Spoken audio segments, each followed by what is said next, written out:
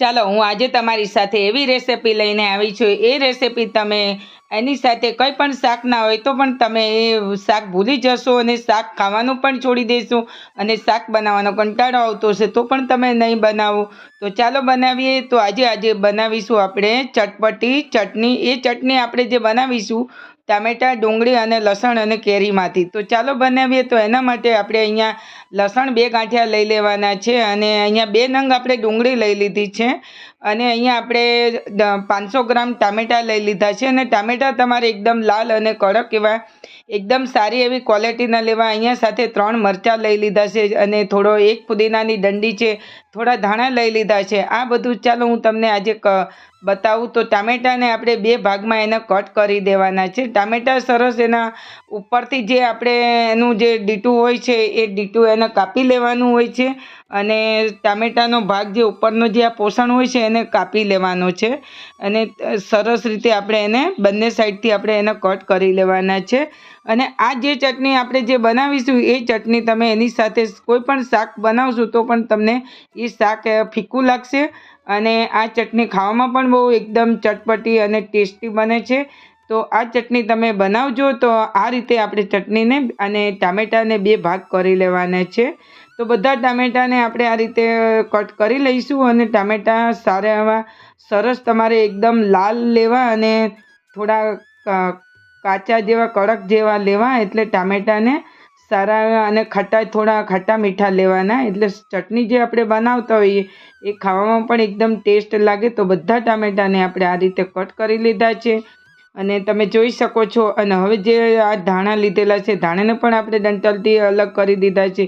તો 1 ડંડા ફુદીનાનું, તમને જો વધારે ફુદીનો પસંદ હોય તો તમે ફુદીનો વધારે લઈ શકો છો, પણ અહીંયા આપણે ફક્ત થોડો જ આપણે ફુદીનો ઉમેરીશું અને ટામેટાં અને મરચાંના આ રીતે ડીટી આપણે કાપી લઈશું અને મરચાંને પણ આપણે આ રીતે એને સુધારી લેવાના છે। મરચાં તમારે બહુ તીખા એવા નહીં લેવાના અને લસણને પણ આપણે ફોલી લીધું છે અને ડુંગળીને પણ છોડા આપણે કાઢી લીધા છે। તો લસણ આપણે 2 ગાંઠિયા જેટલું લસણ લીધેલું છે કે 10 કે 25 નંગ અને આ ટામેટાને હવે આપણે એને એક પેન લઈ લઈશું। પેન ગરમ કરવા મૂકી દીધું છે, થોડું 2 ચમચા જેટલું તેલ લઈ લીધું છે, સાથે થોડા આપણે લસણ અંદર ઉમેરી દઈશું અને મીઠા લીમડાના પાન ઉમેરી દઈશું અને સાથે વધારે એવું આપણે જીરું લઈ લઈશું, ખૂબ વધારે જીરું લીધું છે। અને હવે જે આપણે ટામેટાની જે બધી સ્લાઇસ આપણે કટ કરેલી છે એ આ રીતે અંદર આ રીતે ઉલટી આપણે મૂકી દેવાની છે અને એને 1 કે 2 મિનિટ માટે આપણે એને જ્યાં સુધી આપણા ટામેટાં એકદમ સોફ્ટ થાય ત્યાં સુધી એમાં આપણે પાણી ઉમેરી દઈશું એટલે ટામેટાં આપણા સરસ ચડી જાય। અને ટામેટાને આપણે ઢાંકીને મૂકી દઈએ ત્યાં સુધી હું તમને જે કાપેલું છે એ બધું આપણે ડુંગળી અને ધાણા અને બધું કાપી લઈશું। તો અહીંયા આ રીતે ધાણાને આપણે એકદમ ઝીણા બારીક એવા અને ધાણા પણ આપણે થોડા વધારે એવા લીધા છે। જો તમારે વધારે ધાણા લેવા હોય તો તમે વધારે પણ લઈ શકો છો। તો અહીંયા આપણે જોઈ શકો છો સરસ બધું આપણે કટ કરી લીધું છે। આ રીતે ધાણાને ઝીણા તમારે સમારી લેવા। તો ધાણા સમારી લીધા છે અને સાથે અહીંયા આપણે જે 2 મરચાં લઈ લીધા છે 3 નંગ એને આ રીતે હું ચીરિયામાં એને કટ કરી લઈશું। તો આ બધા આપણે વેજીટેબલ આ રીતે કાપી શકો છો અને તમે એની સાથે કાકડી પણ તમે લઈ શકો છો। તો અહીંયા તમે જોઈ શકો છો 2 નંગ ડુંગળી પણ આપણે લઈ લીધી છે, એને પણ આપણે એકદમ ઝીણી કટ કરી લેવાની છે। ડુંગળી અહીંયા તમે વધારે પણ લઈ શકો છો। તો બધા આપણે વેજીટેબલ કટ કરી લીધા છે।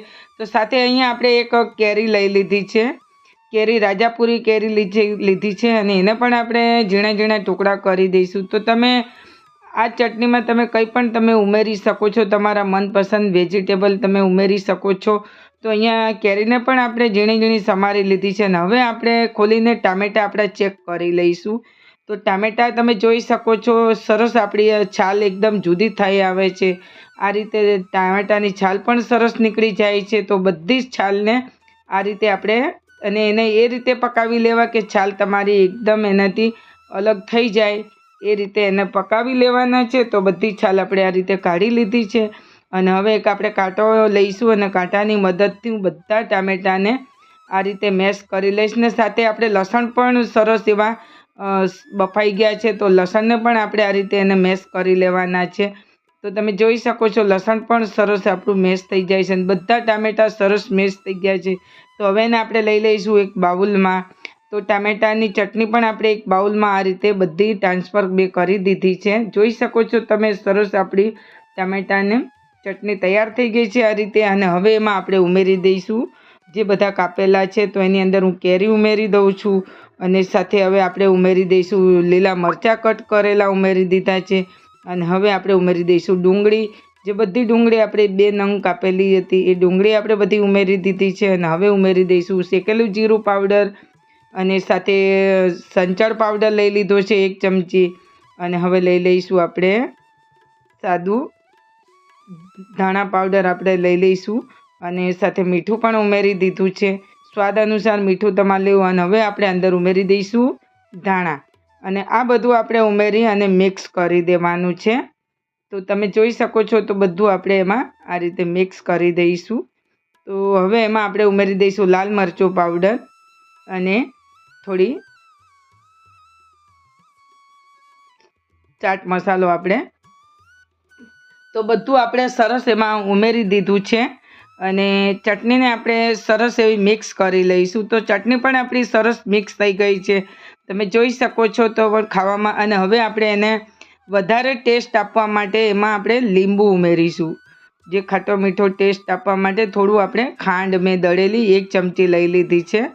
તો અહીંયા આપણે ખાટો મીઠો ટેસ્ટ માટે થોડું મીઠો માટે આપણે ખાંડનું ઉમેરી દીધી છે. અને હવે ખટાશ માટે આપણે થોડું લીંબુ લઈ લઈશું. તો અહીંયા મેં અડધું નંગ લીંબુ લઈ લીધું છે. એને પણ આપણે આ રીતે અંદર નીચોવી દઈશું.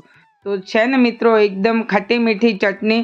તો તમે જોઈ શકો છો મિત્રો આ ચટણી તમે ફક્ત 10-15 મિનિટની અંદર જ તમે તૈયારીમાં હશે તો તમારે લગભગ 5-6 મિનિટ જેવું થશે. તો તૈયાર છે આપણી ટામેટાં ડુંગળી કેરીની ચટપટી ચટણી. તો બનાવજો મિત્રો. જો તમને રેસિપી પસંદ આવી હોય તો ચેનલમાં મારો વિડીયો પસંદ આવી ગયો હોય તો લાઈક કરજો, શેર કરજો મિત્રો. અને વધારે વિડીયો પસંદ આવી ગયો હોય તો કોમેન્ટ કરવાનું ભૂલતા નહીં. અને ચેનલમાં નવા આવ્યા હોય તો સબસ્ક્રાઈબ કરજો. ગીતાની રસોઈ ચટપટી ચટણી ટામેટાં કેરી અને ડુંગળીની ચટપટી